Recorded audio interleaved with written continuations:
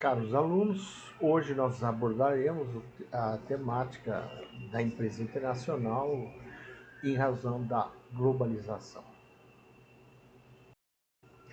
Quando a gente fala em globalização,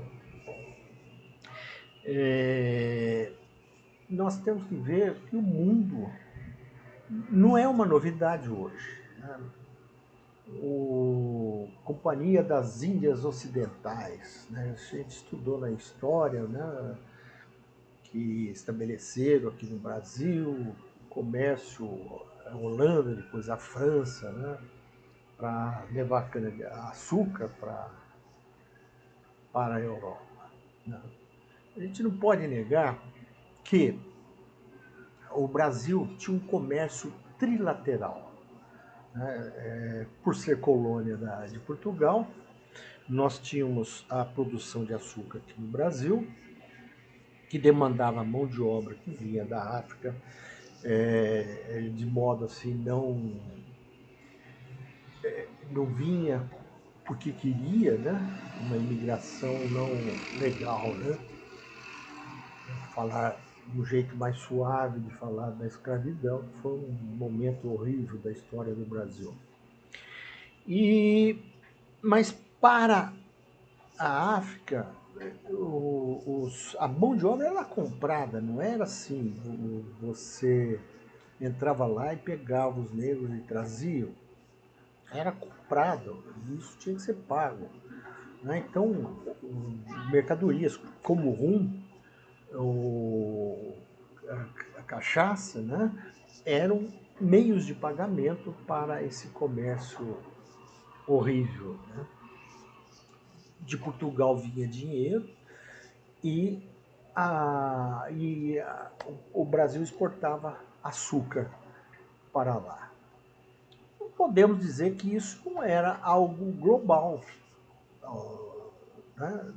Essa triangulação. E isso ocorreu com várias colônias, inclusive americana e América Espanhola e tudo mais. Agora, quando a gente começa a falar de globalização, não é dessa exploração extrativista ou mercantil, né? É algo um pouco mais avançado que a gente começa a ver nos anos 1800, né? A ferrovia e o modal marítimo começa a ter uma eficiência maior e surge aí grandes empresas industriais, a produção industrial na Europa, né? Máquinas a vapor, né? E a comercialização mais intensa de produtos. Né? A invenção do telégrafo, e já no final dos anos 1800 o telefone, Graham Bell, né, mas o grande primeira linha telefônica foi estabelecida aqui no Brasil. A visão de Dom Pedro II era muito interessante, né? Quando ele viu o telefone, ele trouxe para o Brasil que ele percebia a necessidade de comunicação que nós tínhamos, já sempre tivemos, né? Então, essa é conhecida como a primeira fase do mundo global. A segunda fase, já no século XX, né, quando a eletricidade e o aço passa a ser mais possível. Entra o aço e a eletricidade, né, e a Europa Ocidental está bem industrializada. Várias colônias, principalmente inglesas e francesas, né, estabelecendo no Oriente Médio, Síria, Líbano, né, são tomados pela França. Na África há uma divisão muito grande entre França e Inglaterra. Na Ásia, né, Indochina francesa, mas na China há uma certa divisão. Enfim, o mundo é dividido em colônias onde você... A Índia, né, a Península Indiana Inglesa, né, onde se traz matéria-primas e levam-se produtos acabados, né? E aí começam a surgir as primeiras corporações multinacionais, umas pioneiras, né? A BASF, Bristol Petroleum, Nestlé, Siemens, né? O que é isso? Elas criam subsidiárias. Subsidiárias são as filiais em outros países. Na América, a questão estava, acho que mais na doutrina Monroe, né? América para os americanos, mas eu sei que a Ford Company tinha, no Brasil era mais importação que o Brasil fazia de carros, talvez eles vinham quase prontos, né? Uma pequena montagem final, alguma coisa assim. Mas, enfim, era essa a segunda fase da globalização. A terceira fase é a fase da reconstrução pós-guerra. Japão destruído, Europa Ocidental destruída, o mundo se dividindo entre o comunismo e o capitalismo, né, comandado assim pela União Soviética, que tinha lutado e vencido grande parte da Segunda Guerra na Europa, até mesmo na China, né, e há avanços nesse sentido, né? Fala-se em Guerra Fria, onde eles não se defrontam diretamente, mas sempre com outros países no meio.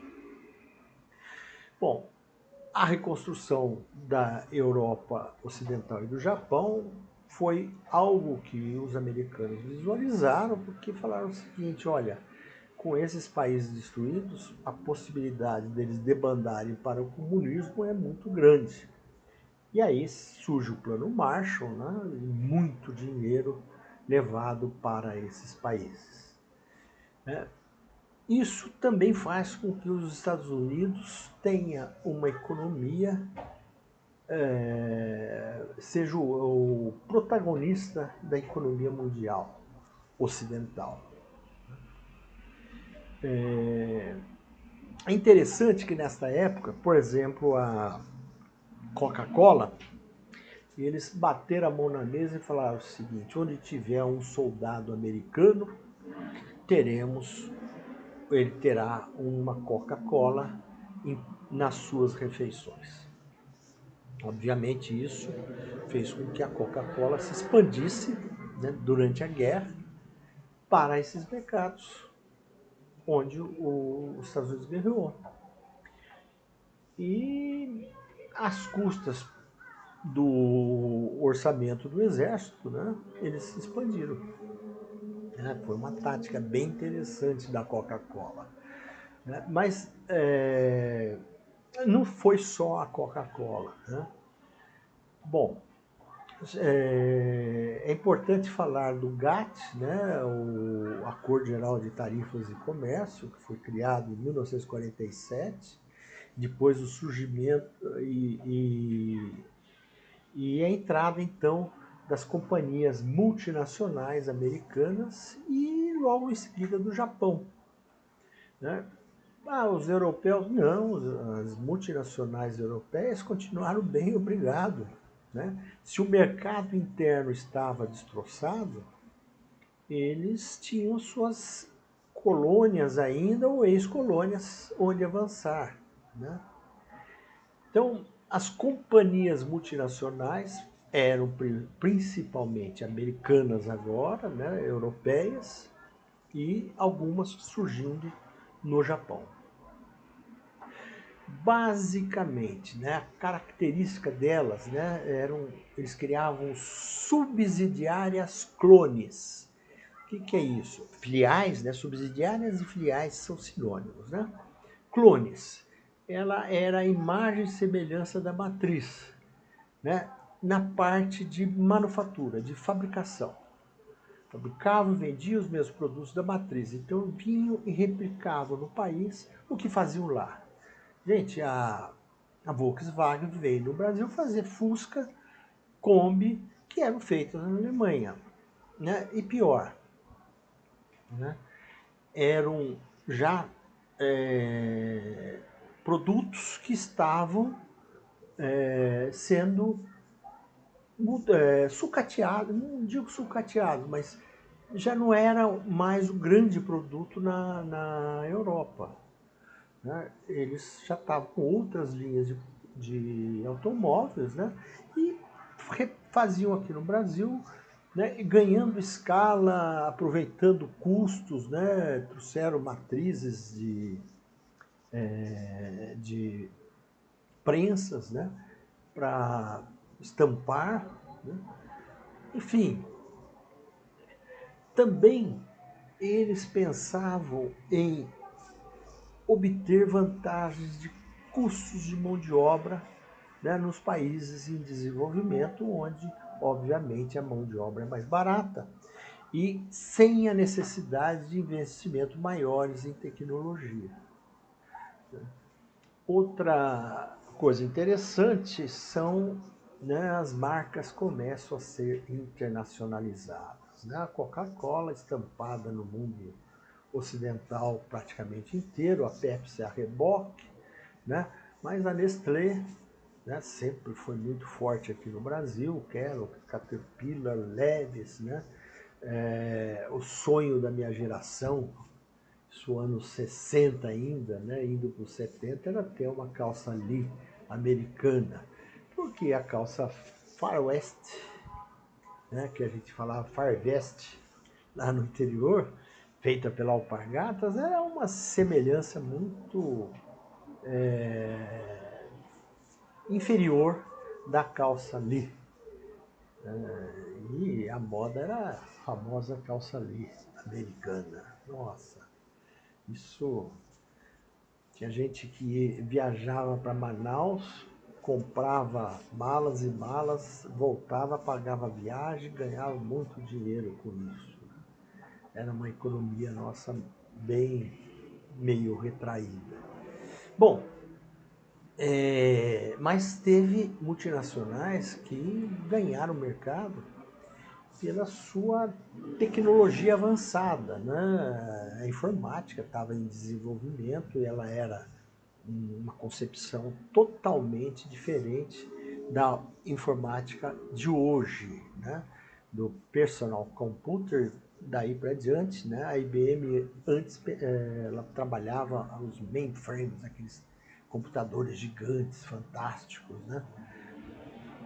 Ela tinha tecnologia e era meio dominante nesse mercado. A Boeing, não só em aviões, como turbinas e outros produtos, a Texas Instruments, né, as famosas HPs da Texas, né? A HP não era da Texas, era da Harvard, né? Mas a Texas Instruments tinha também as calculadoras científicas e financeiras, né? A Xerox eu colocaria ela nos produtos únicos, né?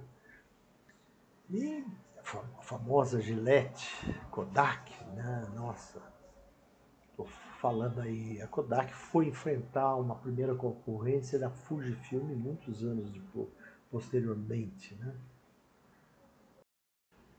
Bom, houve avanços da microeletrônica e da tecnologia da informação.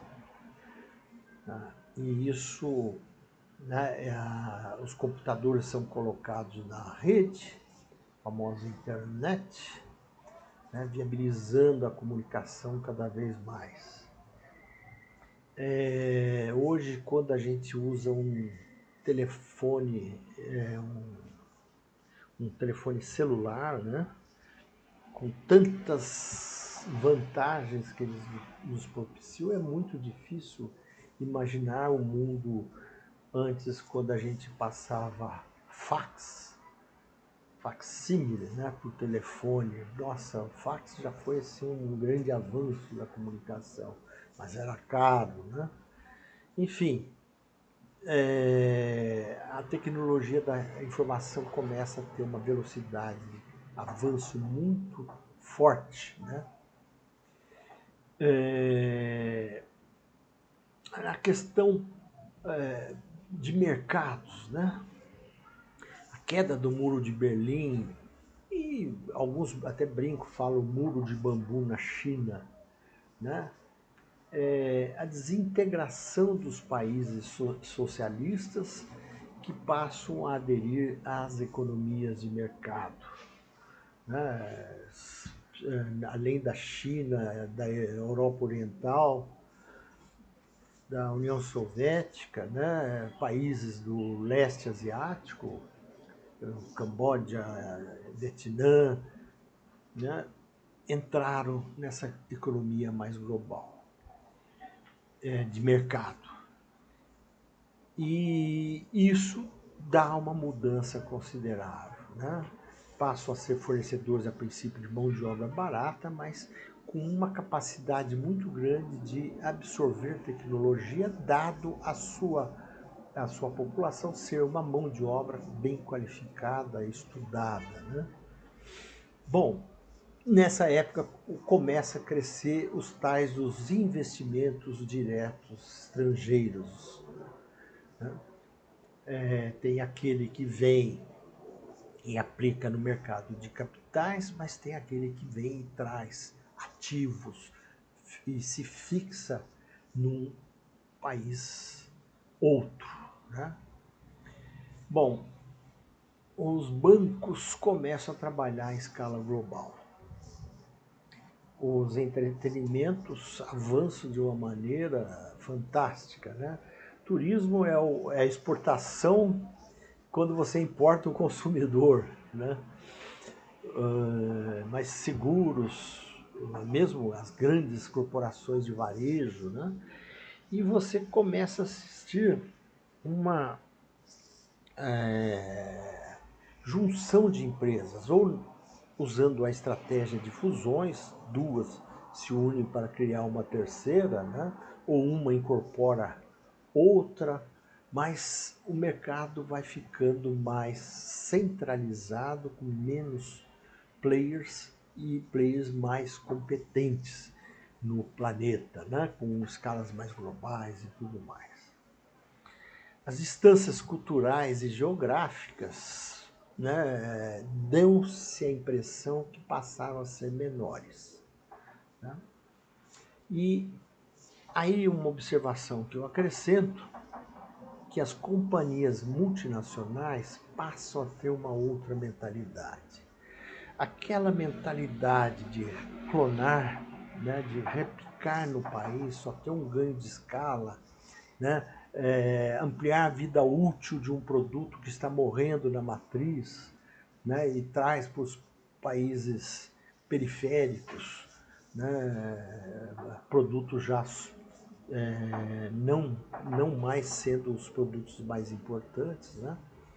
Essas companhias multinacionais passam a ter um interesse em crescer em termos de conhecimento, né?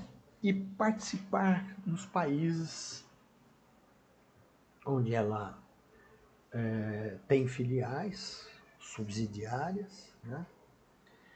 E é interessante que você começa a ver conhecimento sendo desenvolvido em subsidiárias, e a gente pode citar alguns exemplos do Brasil, né? O da Irpol, o famoso tanquinho, que ele foi um produto desenvolvido pensando no mercado de baixa renda que nós temos no Brasil, mas que foi levado para outras subsidiárias da Irpol em outros países, como por exemplo a Índia, né? Então, um conhecimento criado, um produto criado no Brasil passou a ser um produto mais globalizado, né? E passando esse conhecimento entre subsidiários e muito pouco passando pela matriz, né? Lá eles não, acho que o tanquinho para eles não seria um produto recomendável, né?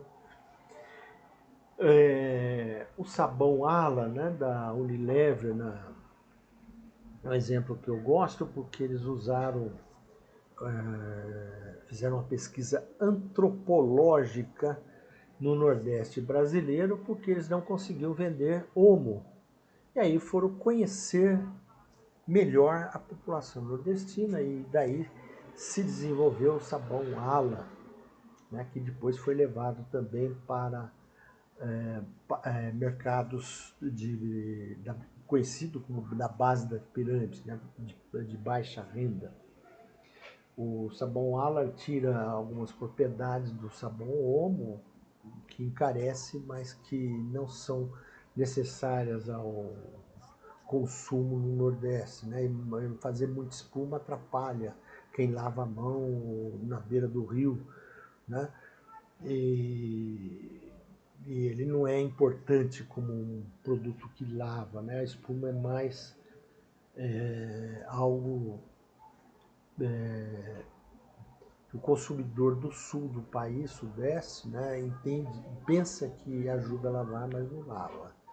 Né? Então tem essas e outras coisas que foram introduzidas para facilitar a vida. Embalagens menores, porque as lavadeiras recebem por dia de trabalho, né? Então lava no dia, tem pouco dinheiro, tem que comprar arroz, feijão, né? Um pouquinho de sabão, tudo pouquinho. Né? É uma forma de consumo diferente. Né? Percebe que conhecer o mercado consumidor é importante. Né? Então, as multinacionais começam a não mais impor produtos da matriz, né? E sim conhecer, adaptar para ganhar escalas de produção, né? Em partes ou em todo o seu produto. Então, quando nós falamos em fatores que impulsionam a globalização, e ela foi importante para como nós podemos ver, para as economias, para as companhias multinacionais, uma questão muito importante precisava se reduzir as barreiras que impedem o comércio entre as nações. Os Estados Unidos manda a gente reduzir, mas eles estão sempre criando barreiras internas. Né? É uma coisa interessante isso, mas que tem refletido de uma maneira a levar a sua indústria a não evoluir tecnologicamente. A indústria de aço brasileira é muito mais desenvolvida hoje que a indústria de aço americana. Né? E olha que a nossa primeira siderúrgica foi construída pelos americanos, a Companhia Siderúrgica Nacional, que foi construída no governo do Getúlio Vargas, que foi o acordo que ele fez para o Brasil entrar na Segunda Guerra Mundial do lado dos americanos e dos países ocidentais contra a Alemanha. Né? Alemanha, Itália e Japão. Bom, e é interessante que hoje saiu essa notícia, né, de que a partir de janeiro de 2021, armas como pistola e revólveres serão isentas de alíquota de importação, né? E isso, a princípio, pode ser visto como algo que vai prejudicar a indústria nacional, mas pelo que eu tenho assistido, costuma ser uma forma de forçar a indústria local a desenvolver tecnologia. Outro fator que impulsionou a globalização, nós já falamos, a queda do Muro de Berlim e do Muro de Bambu da China, né?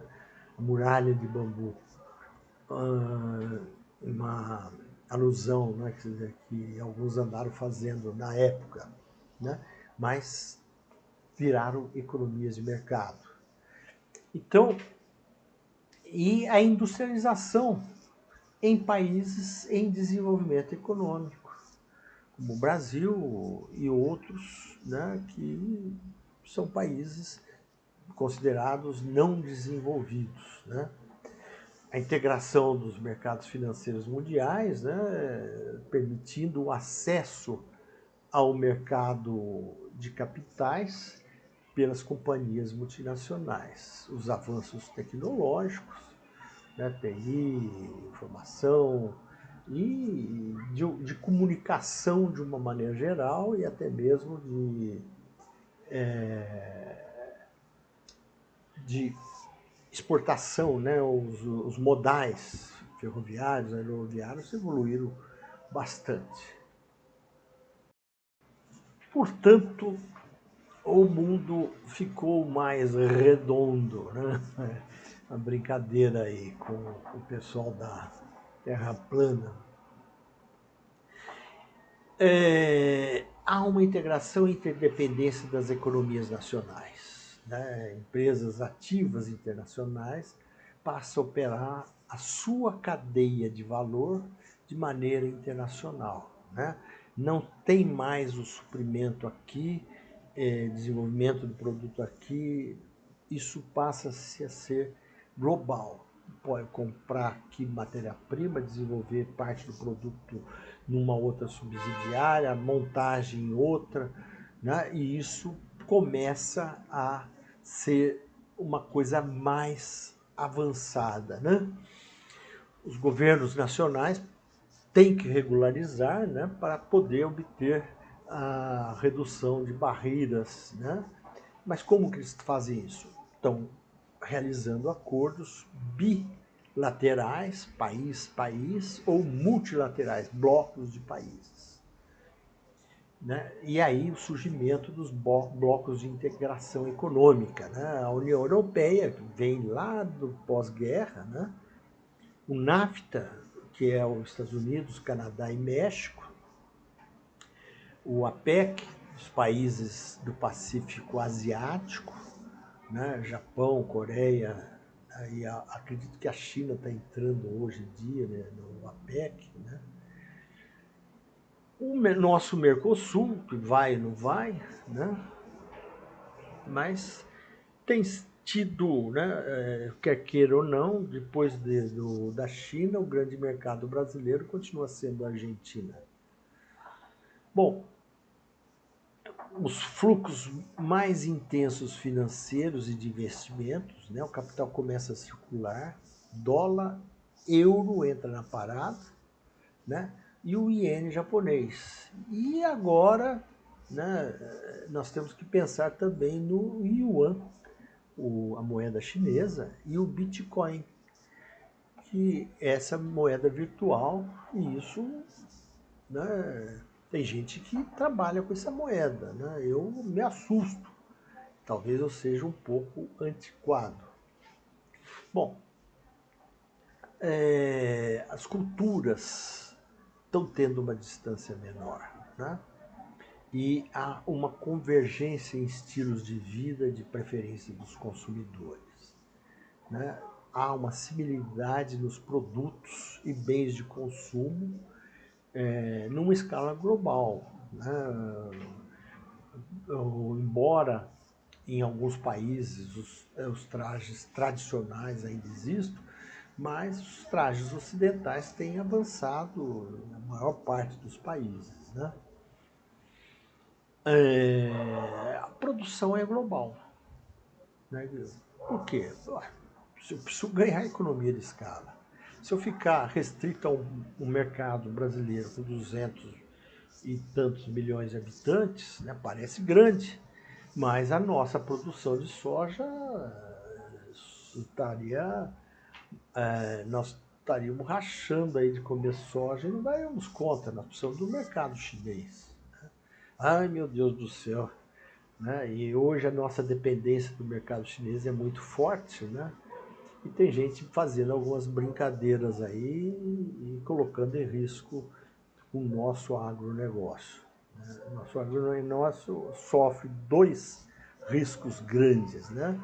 Um deles é o desmatamento da Amazônia e o outro é esse preconceito com a Além de que os investimentos em tecnologia precisam ter ganhos de produtividade, ganhos de escala, né? E somente muita tecnologia para você conseguir ter ganhos de escala. Essa história de que matéria-prima barata e mão de obra barata ganham escala, eu continuo sendo muito relutante com isso. Ela não é vantagem competitiva, qualquer indústria pode trabalhar isso, né? Mas o verdadeiro ganho de escala é com muita tecnologia. A redução de custos é com tecnologia e diferenciação, empresa diferenciada, né? Também é com tecnologia. Portanto, as companhias multinacionais, né, com a tal da globalização, elas foram colocadas numa concorrência global e enfrentando cada vez mais consumidores mais exigentes, né, sofisticados ou com sofisticação de luxo ou de qualidade, né? Porque os consumidores também têm acesso global a produtos e serviços. Portanto, as companhias multinacionais passaram a diversificar os locais na formação da sua cadeia de valor. Cheguei a comentar um pouco antes, em slides anterior, disso, né? Que a cadeia de valor, onde a empresa pode e participa, né, numa sequência lógica de atividades, né, a empresa pode descentralizar e está descentralizando. Pesquisa e desenvolvimento de produtos, né? Você tem laboratórios e mão de obra qualificada nos países subdesenvolvidos a um custo menor e as multinacionais vão atrás disso e começam a criar centros de excelência e desenvolvimento de produtos nos países em desenvolvimento, né? Então, levando para as suas subsidiárias, filiais, né, em outros países, né? O mundo, né, antes, né, nós tínhamos departamento de compras e cada multinacional ia adequando os fornecedores locais para substituir o fornecimento internacional. Hoje entra o tal do Global Sourcing, suprimentos globais, né? Onde está o melhor, eu vou lá buscar, né? Fora que algumas empresas, né, principalmente no caso das montadoras automobilísticas, né, fornecedores, acompanham criando filiais, né, onde os seus clientes têm filiais. O carro hoje é conhecido como um carro global, ele é mundial, né, aqui e em qualquer outra parte do mundo, onde peças são desenvolvidas em um determinado país, levado para outro, montado em outro, parte é feita aqui, parte na Argentina, junta, faz aqui, com o México, enfim, elas estão procurando ganhos de escala, né? Então monta-se um determinado automóvel no México, outro no Brasil, outro na Argentina, por exemplo, né? Com partes, né? Motor desenvolvido ou no Brasil, ou lá ou aqui, caixa de câmbio, partes, né? E a multinacional vai se acertando. Então, modelo X lá, Y aqui, Z lá. Mas peças aqui que vão para o carro lá ou aqui, enfim, né? É um ganho de escala, né, para ter produtividade e custo. E Não preciso dizer que marketing, distribuição, vendas, serviço, pós-vendas, né, estão adotando posturas globais. É comum na Índia, por falar inglês, os call centers para empresas sediadas no mundo inglês, em qualquer parte.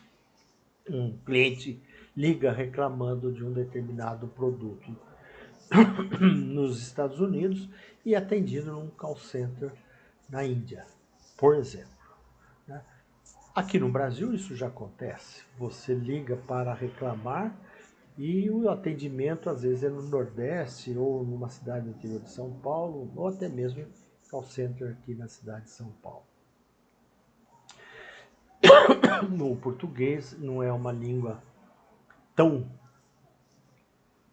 falada, né? Mas eu acredito que algumas corporações multinacionais brasileiras podem se utilizar disso quando estiver trabalhando com países de língua inglesa. Poucos são, mas existe, né? Portugal, Angola, Moçambique, mais um ou outro país menor.